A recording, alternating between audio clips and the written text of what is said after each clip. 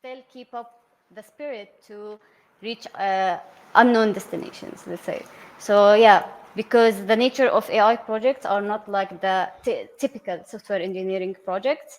They are utterly experimental. So you need to be okay with that. And yeah.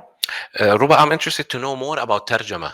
Okay. Can you tell us more about what you do there? So Tarjama is, for non-Arabic speakers, is the translation of the English translation in Arabic. Okay. So it means translation in English. Tarjama. Yeah. Yeah. Exactly. So that's what I we guess do... only for Sebastian. Now I feel like the outside. Okay. So no, you feel you're special. You always are. Okay. So Everybody Tarjama actually offers language services, including translation, content writing, proofreading, and different language services.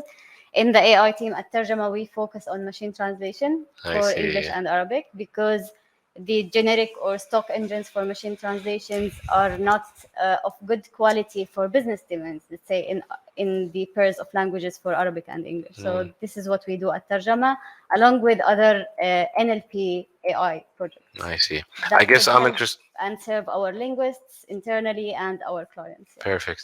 Thank you, Ruba. Actually, I don't know if others as well interested to know more about what you do. I guess it's exciting to know more and to hear from you more about Tarjama and how it functions and what services do you provide. Thank you, Ruba JCAT, AI Manager at Tarjama. Moving on to Mr. Mohammed Al-Kayed as a Principal Cybersecurity Consultant at Plank Mountain. Under the same topic, actually defining the AI mindset needed, whether in designing for workforce or preparing our future generation or engineers as well. I would love to hear from you more about actually Black Mountain and what you do there, and if there's a relevance in the mindset that you prepare, because I heard from aside discussions that you have your learning department and training department, which might help actually in what we're talking about right now. Absolutely. in defining and preparing the culture of AI mindset needed. The floor is yours. Certainly. Thank you very much. I believe starting the conversation in talking about mindset is critically important. Generally, when we talk about our work in cybersecurity, incorporating technologies, different technologies like AI and machine learning and so on, we always tell people who are joining our organization that mindset comes first, then methodology, and then the tools that you're using. So if you don't have the correct mindset to begin with in this domain of work, you are more likely to fail than other colleagues who are working with you. So if you look, for example, if I take an internal example about what we do and how we see things working in our organization, then we can maybe generalize it a bit about the industry in general. The first 3 months when a new joiner joins our organization, we call it like a gut check, because that's the time where those individuals are gonna excel or they're gonna fail, and it's completely dependent on the mindset that they come into this job with to begin with. So working in cybersecurity, and especially working with technology that has anything to do with AI, machine learning, and so on, is highly iterative. So there's a lot of iterations for each step of that process. So if you are not willing to fail, and you're not willing to learn, and you're not willing to explore ideas that are foreign to you, or you'll definitely get burned out very quickly and very early in the process. And this is why I think, going back to your question, mindset is where it all begins. Of course, technical skills are highly important, but you can take any person within that organization, for example, enroll them in a training and help them gain that technical skill. However, there is no certificate that says you have the correct mindset. And this is something that I think is critically important in what we do, and how working with AI and cybersecurity is basically going in not only maybe in Black Mountain as we do, but in all of the companies that work in the same domain and follow the similar practice that we do. Thank you, Mr. Muhammad. Actually, it stopped me there when you said there's no certificate that says you have the correct mindset, which I don't know if there's something can be done about that, because sometimes you really need to know whether it's your guts or not, but something that can tells you, or indicator, or a checklist, or I don't know what. I'm sure there's something like that, a questionnaire, maybe, to know. Apparently, Sebastiana has something to tell us about that. An e-solution, an e-solution. You know, Zaid, you're correct. I'm not sure, but I'm sure there's a lot of questionnaires about personalities, and you know. Do you have something like this? Well, I was actually going to suggest. I think, you know, at the risk of standing a little bit circular, I think I already answered that one. You know, this is why you don't just look at certificates. You look at experience. You look at practical, hands-on work that people have done, because that's the certificate that says you have the right mindset. Yeah, everyone can kind of cram a book and then go and do a multiple choice question and get a, you know, SANS certificate or something. But actually to have succeeded in carrying out a penetration test, or to succeeded in pioneering a natural language processing project to develop artificial intelligence in Arabic, you know, that's the certificate that says you've got the mindset. And that's why those of us who are hiring, you know, we don't just look at certificates, because we know a lot of them can't really be trusted, or we know how it was the hoops you had to jump through to get it. What we want is to say, yes, but what did you actually do? And can I talk to the manager that you worked for while you were doing it? And, oh, I know that project. That's a fascinating one. I want any alumni I can get my hands on from that particular project, because it's a success. Or we were having a fascinating conversation last night with Mohammed from Green Circle. Or because it was a catastrophic failure, and everyone who was involved in it learned so much from that. And again, your point, Robert, you know, that creative mindset that says, I have learned from that failure, I know what I'm not going to do next time, rather than I've passed a test that says I have a creative mind test. I'd be very wary of that, I'm afraid, even if it was produced by Talal Abu-Ghazaleh. Thanks, Sebastian. Please, yeah, jump in. I would love to. I would love to, please. So what you're saying is that for us as a community, what we need to know is we have to learn and we have to educate. And we can share this as an inspirational story or a learning curve. So from us, we can know what are the best practices or the worst practices. And this is something that can be educated and taught to universities, to building workshops and involving customers as well as service providers, so that they can brainstorm. This is how you can build a community. You can grow it from the ground up, and this is showcasing case studies from international level to regional to local. And I think that is something that we can tap into. Maybe we can start this brainstorming session right here, right now. Absolutely, why not? Actually, I always love to have conferences or panel discussions that you have really tangible outputs out of it, or at least ideas and thoughts that can lead you to form task forces, to work on it. Actually, this is what we do in Talal Abu-Ghazaleh Knowledge Forum. It's a think tank, it's a hub where we really always plan panel discussions, conferences, any kind of talks, even public-private dialogues, which is always something exciting for us, that leads for something. That comes out with any kind of work plan that we can start working on, whether private sector, civil society, government, all parties and stakeholders need to work on. So let's lead that. It's about creating a knowledge base. Yeah. And like a crowdsourced knowledge base. Absolutely. So thank you for the idea, and I'm more than happy to offer at least what I'm in charge of as a think tank, that we can host any future. Something? Please, absolutely.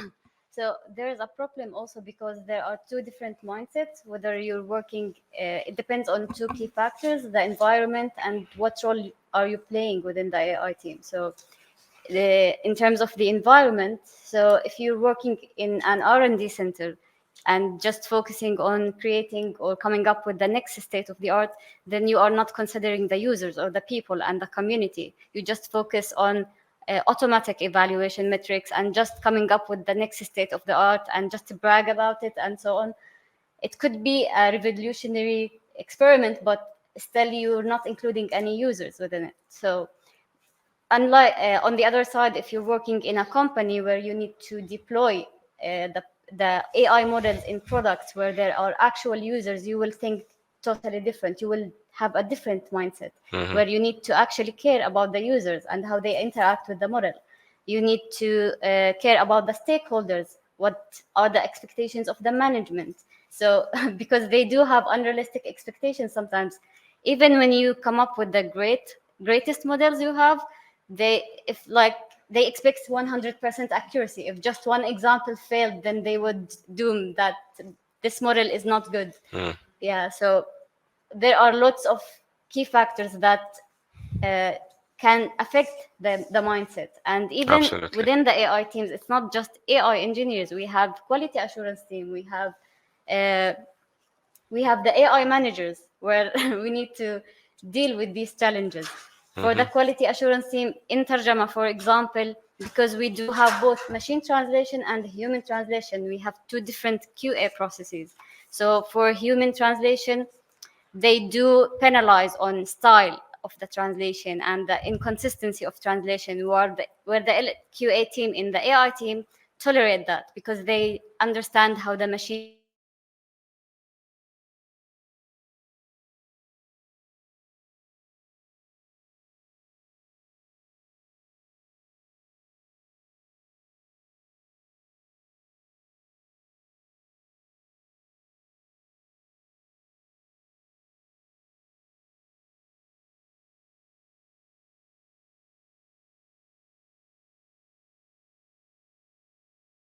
So the one handling it, to be honest, is a good colleague for me. Her name is Stacey King. She's in Seattle, of course, not here. But I used to work with her on intellectual property issues. Now she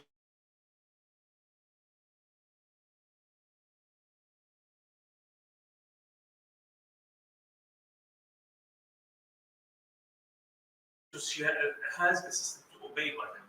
So maybe good to start our local firm like Tarjama or other to do something similar. Since you already have this department, I'm really happy to know that. So I think this is good. And one other issue, not related directly to mindset, but because this is new from my last week trip to Austria. In Europe, they did something which I didn't like personally, to be honest. They allowed, first let me tell you, patenting, you cannot have a patent unless you are a person. They have a new case that they have something new that was created by AI system. And sorry to say, the court approved that the owner of this patent is the AI system. Oh. This is strange for us. So this is, I just wanted to know.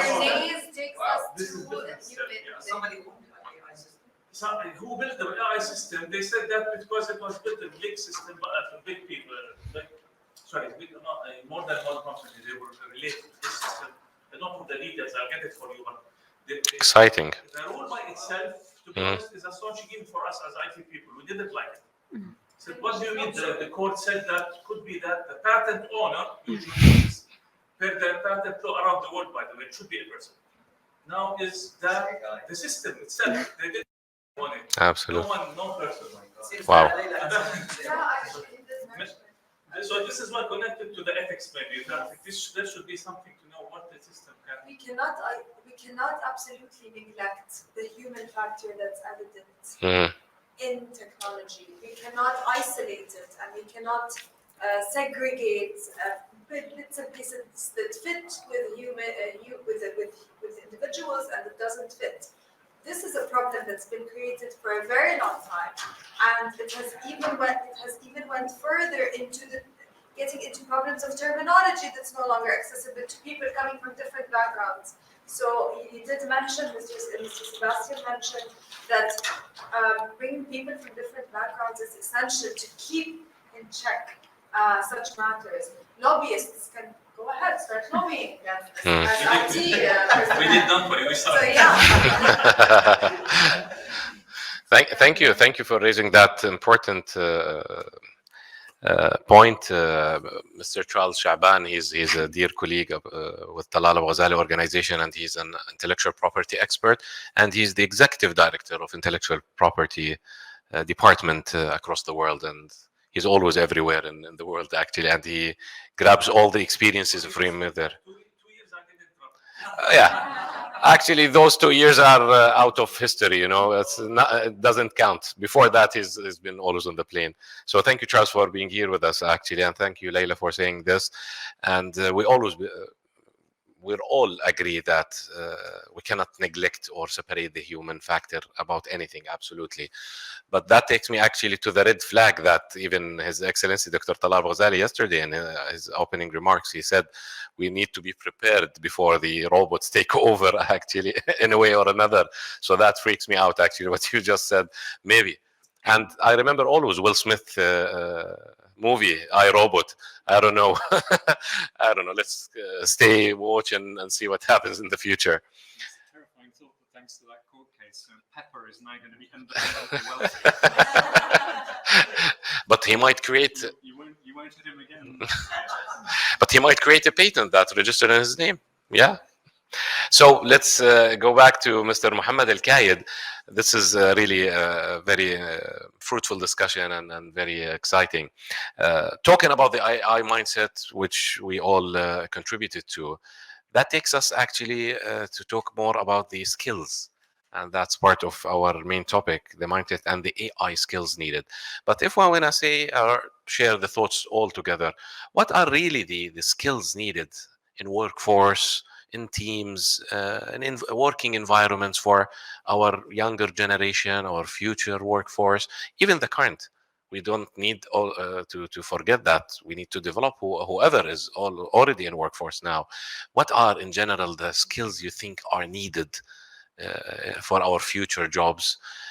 And in particular, if we want to talk about the AI engineer himself or herself as an engineer, what is exactly you think the skill needed?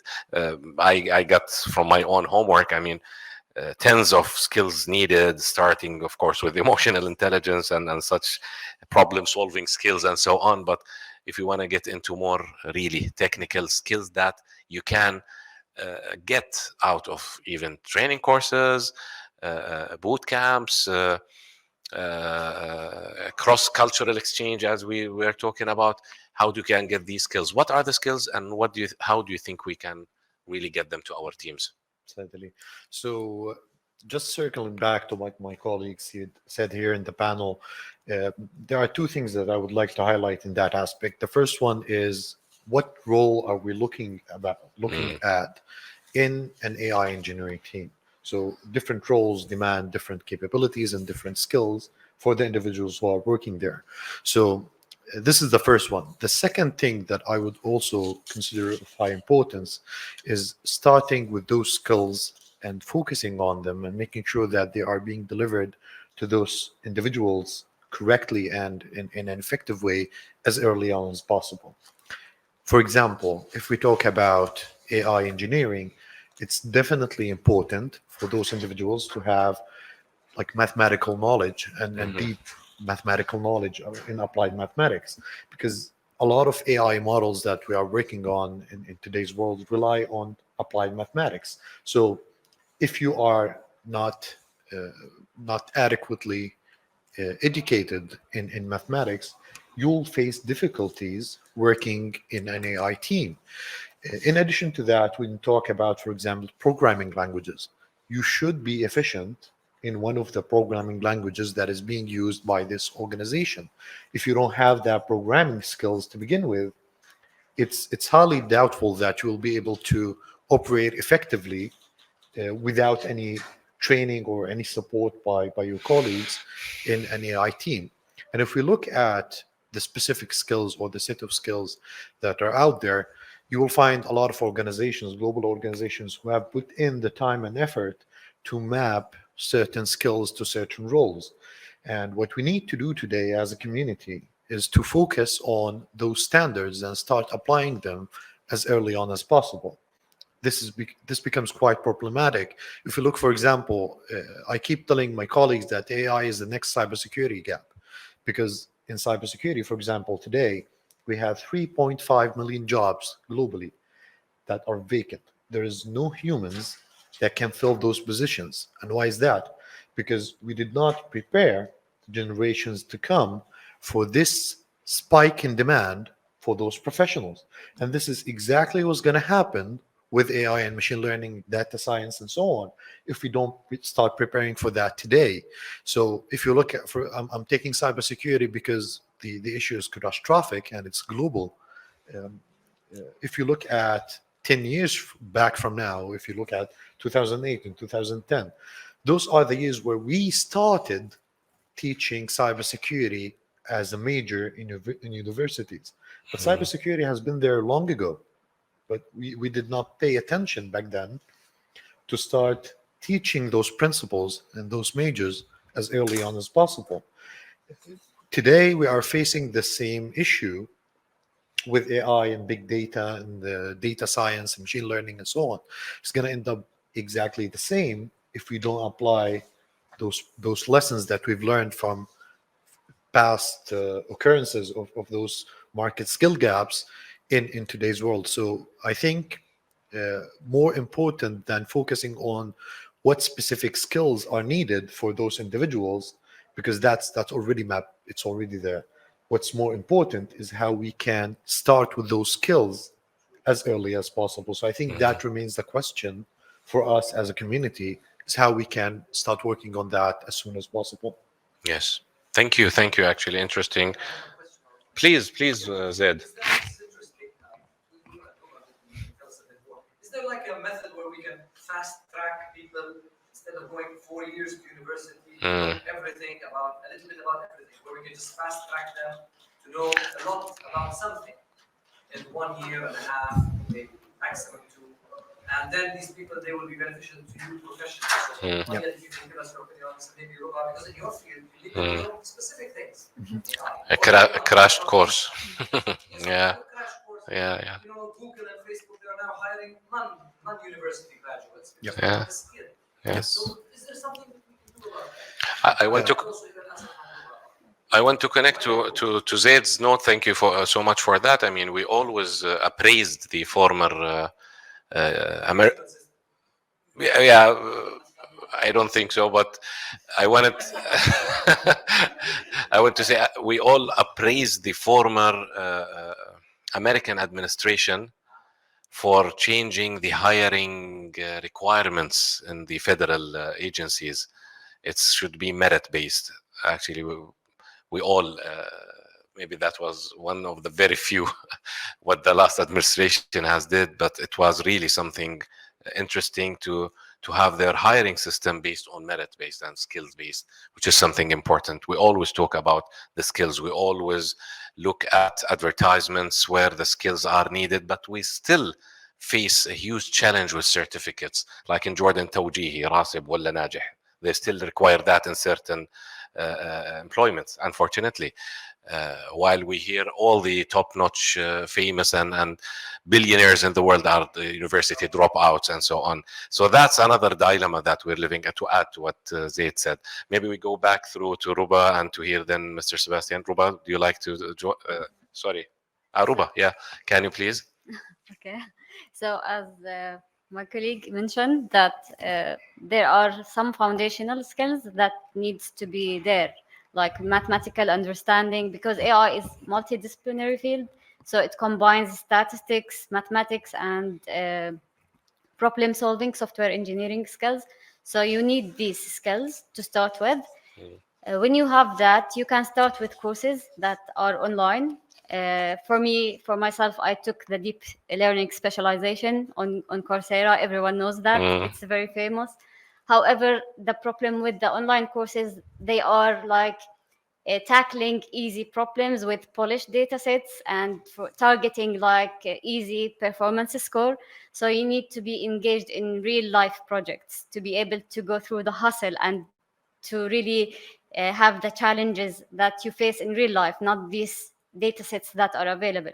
So this is how we train our engineers. So you need to go step by step in real life projects, and the mindset of course helps. If you give up easily, then you can't actually go on and move forward with that. So it's kind of complementary things. So these are personal characteristics to be added to your basic skills. Yeah. And the problem is that the mathematical capability and software engineering capability usually is only available to people who have graduated university, right? Or am I wrong? What do you think, Wa'il? Not necessarily for people who graduated university. Like if you go online, you'll find thousands and thousands of courses that will teach you how to write a program in a certain language. I think the challenge here is on a completely different spectrum. So based on our experience, of course, it's a humble experience in the domain. However, we see that there are three major ways in which you can teach people something. The first one, for example, if I give you a book about machine learning and say, you go read that book and come back and that's, now you have the knowledge. So you'll go back, read the book. It might take you a day or two. That's a crash course, or a year if you have a problem reading. But at the end of the day, you're gonna end up reading that book, and now you know theoretically what is written between the two covers in that book. However, real world application of what you've learned is completely different, because you know this much, while in fact what is needed from you is to know this here, but again this much here and this much here and this much there. So you end up knowing what's inside that book, but you'll not be able to easily apply it on other aspects when you come to real world, because there are other things and other dependencies that you need to work on. So that's one. The second thing is working in projects. And for example, if you are a member of a team who's working on a certain project, we tell you, this is the task that you need to achieve, and now your duty is to go learn about this task in specific, but you don't know anything else about what's going on in that project. So there are other skills that are involved in that project that you don't know about. The third way that we see is kind of more efficient way of doing things is by mentoring. So this is where we are combining both aspects of that and saying, this is something that you will have to read in a book, but your mentor will point you out to the exact section of that book or to the exact video that you need to watch and say, you go watch that video, or you go read that book, or you go take that 8 hours course.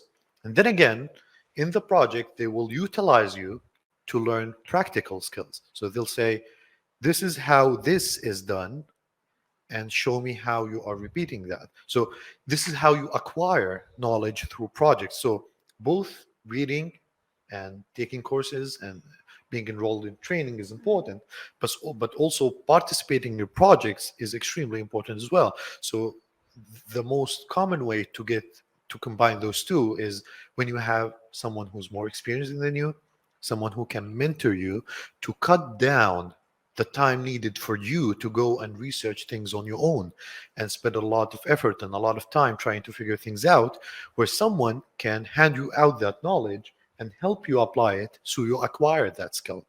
And this is my take on it. Of course, I would love to hear from my colleagues as well. So thank you, Muhammad Al-Kayed. Actually, I want to thank you more actually for mentioning the word your mentor, not your teacher, which is another topic. If we want to get into that, we need another session about the importance of mentorship. We would love to in the future. Maybe we can talk more about that and how important mentors are and the mentorship actually in workforce. That's another thing that we always look for, especially with the younger generation, entrepreneurs who needs mentoring and so on. Mr. Sebastian, to add to the discussion, but I want to even listen or learn more about PGI, your company, which it's an international company or a global company. Talking about skills needed in a workforce for AI mindset, for AI skills, or even in all workplaces. What's taught me here, the diversity and the cultural intelligence skills needed with teams, because workplaces are becoming more diverse and more open. So employees will need to be able to respect, understand, and adapt to others who might have different ways of perceiving the world in general. So from your experience, from international perspective, the skills needed, in addition to the diversified workplaces and human capital, how do you see that adds up? Or is it challenging, or is it something that can really support building the mindset and the skills needed? Please. Excellent question. Thank you, and thank you for the opportunity to do the sales pitch. I won't, but Please do. Please we're do. probably running a little bit out of time. PGI, we're a global cybersecurity training company. Typically, we work at the academy level, so we're usually building national academies. Oh. Because unlike most training providers, we're quite happy to give away our intellectual property.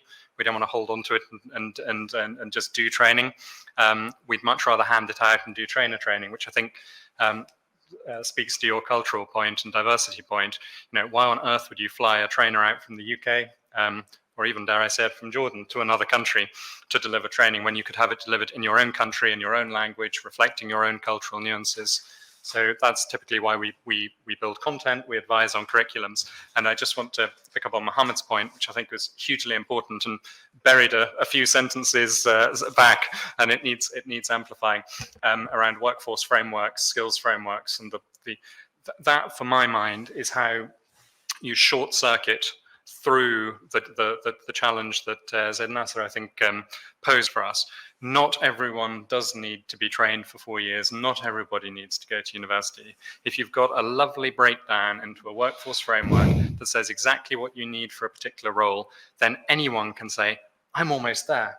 I just need that one extra piece of the jigsaw, and there's the course I'm going to go on, there's the book I'm going to read, there's the trainer, the mentor I'm going to sit at the feet at, and fill in that small gap in my knowledge. And when you're looking at a national level, which is what we typically do in PGI, you're trying to break down that bulk. I've just finished a project for the Saudi government. We're trying to train 10,000 new cybersecurity professionals across the whole of the kingdom. Wow. If you said every single one of those is going to take 4 years, you're going to, that 3.5 million unfilled vacancies is going to have trebled.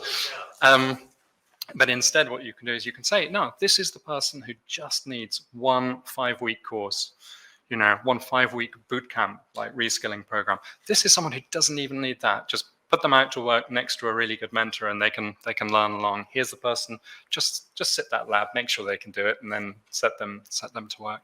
So I think having that definition is hugely important. I loved Ruba's point about the context as well, and that also plays to your diversity point. Where are you going to be doing the job? That often needs more education than the actual technical skill itself. We did a study many years ago in the UK looking at technical cybersecurity skills required in the banking sector. The conclusion of that study, which was a UK Houses of Parliament study, was it typically takes around 4 years for someone to understand a bank's proprietary networks. It typically takes someone about 3 weeks to understand how to defend a generic network. So you're a whole lot better off hiring in someone who understands that bank, probably because they were in the IT team and they built the network, into the cybersecurity function and say, let's teach you a bit about network defense, rather than getting someone from outside who hasn't got a clue about that bank or how it works, who's then sitting there going, well, I understand all about incident response, because they're going to take 4 years before they know how not to break their own banking system. So I think from that point of view, we really do exactly as Robert says. You need to think about what role you need, what context you're applying that role in, and where the real training interventions are required. Are they more around the organization? Are they more around the specifics of the project? Or are they generic skills? And that way we can break bulk. We can turn our 10,000 or our 3.5 million into a small number of limited interventions. I think the other point I'd want to make, and picking up again on your invitation to reflect on diversity, we know one of the problems that we face globally is we do not typically, and in a technical world, have a very diverse workforce. Again, we can talk about all aspects of diversity, but gender diversity is a very obvious one, neurodiversity another one. And I think when we go back to changing the culture, changing the mindset, not of the individuals, they want the work, they want the job, it's about changing the culture around them. I used to work for GCHQ, which is the UK's National Technical Authority for Cybersecurity, but it's also the code-breaking bit of government. And we employed some very, very neurodiverse individuals indeed, who were fantastically good at breaking codes. They weren't necessarily hugely adapted to working in a modern office environment. And we ended up moving buildings. We went open plan, and all these very, very talented code breakers had to come out of their little cubby holes that they'd been working in and move into an open plan office. And we ended up hiring workforce professionals who understood about how to create a neurodiverse workplace in order to build an open plan environment that our very best people would still be comfortable working in. And I think the same applies to the diversity challenge, other characteristic diversity issues, where it's not about the individual. They shouldn't have to change in order to contribute to the workplace. It's the workplace that should change in order to accommodate them. Mm-hmm. And that's usually a management challenge, and it's a colleague challenge. Yes. And again, maybe that's going to require a bit more education than just the technical skills to work in an AI environment. I'll stop there. Thank you. Thank you. Please join us. I'm so sorry to interrupt. No, no, not at all, please. COVID actually helped enhance that dilemma, which is the work from home experience. I guess that's also a good point to that. Exactly right. I mean, we typically break workforce diversity into three. So neurodiversity, which typically is the shorthand for people on the autistic spectrum. Characteristic diversity, which could be gender, it could be color, it could be sexual orientation, or what we call lifestyle diversity, which is people who work better at night, people who work better from home, people who work better open plan, the people who do like to be in a cellular office, the people who like a view and cannot stand being in a cellar, And for a lot of those people, absolutely, as you say, the COVID, it unlocked a whole load of people who just don't like working in offices. And now we all seem to be telling them they've got to go back into offices again and suddenly become second-class citizens, underperformers where they were performing. Again, whose challenge is that? Shouldn't be theirs. That's a management challenge.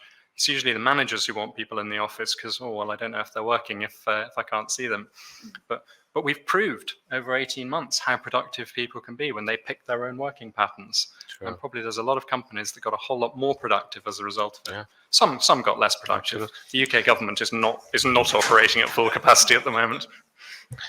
Yeah, actually, that's another new mindset that we should start working on. Maybe the pandemic came in with all the pain it created actually in many people's lives, but actually it's great lessons that we should learn from, as individuals and humans, in addition to companies, workforce, and human capital, how really companies should invest more and change the whole organizational culture and really investing in workplaces and environments, especially the enabling environments for people to perform more. We were talking about the mental health, how important it is and how far it's important to the success of and the survival of all companies in such pandemics and such shocks that faces us in life. We have very limited time left. Actually, we don't want to. I know.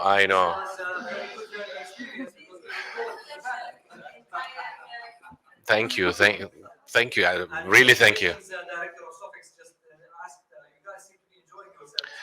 I am. So I want to leave just few words for Ruba and for Muhammad to conclude with. Ruba, you have the full right to do a sales pitch here as well.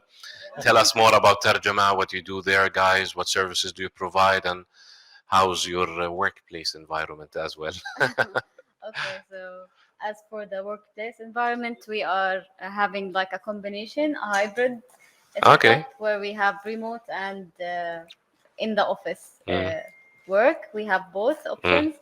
So for Tarjama, as I mentioned, we provide language services. So there are different services like... Is it an online translation software or system or browser? So we have machine translation. We have an API. I don't want to say, is it like Google translation? It's better. Thank you. Good answer. Bravo. Okay. So we would say, okay, that takes... Thank you very much. I don't know if Google knows about that, but here in Jordan, we always, when we want to underestimate the translation, we say it's Google translation. Yeah, actually, it got branded, Yeah. But on the contrary, when we want to search for something, we say Google it. Yeah. It's totally contradicting, absolutely. You don't say Yahoo it, for example, or Bing it. There's a Bing translation or something. So hopefully we'll come to like it's ترجمة. Thank you. ترجمها. Yeah, please. Yeah, the thing with Google MT, it's a generic MT engine. However, for Tarjama, we are focusing on Arabic and English pair of language. So, and in business domain. So Business domain. Okay. So we cover And for fees, maybe? different verticals: legal, finance, business, consultancy, and Okay. e-commerce, for example. Amazing. So on these domains, we actually did comparison evaluation, and we did conclude that our MT is doing better on Better on than these others. verticals. Okay. So that- How can we access this software? Do you download it? So you can try our MT online. Also, if you want additional, let's say, services, if you want, for example, machine translation, post editing, we have internal translators who can provide machine translation, post editing, so that you can get more accurate translation. So it depends on what you need, what's your requirement. Of course not. You can try it out for free. You can try it Yeah. out for free on go to tarjama.com and you can try. There is a widget on the website where you can try the machine translation model. Tarjama is one of the strongly funded tech-based, tech-enabled translation and content businesses in the Arab world. Nice. In the news, and you can read all about them. I have heard about this. Noor Al-Hassan is the founder. Yeah. It's wonderful. Amazing. She has A success story, absolutely. She really has a very strong capable team. Bravo, bravo. The powerful thing is that we have human in the loop with machine translation, so that's the best thing. Bravo. Thank you, Ruba.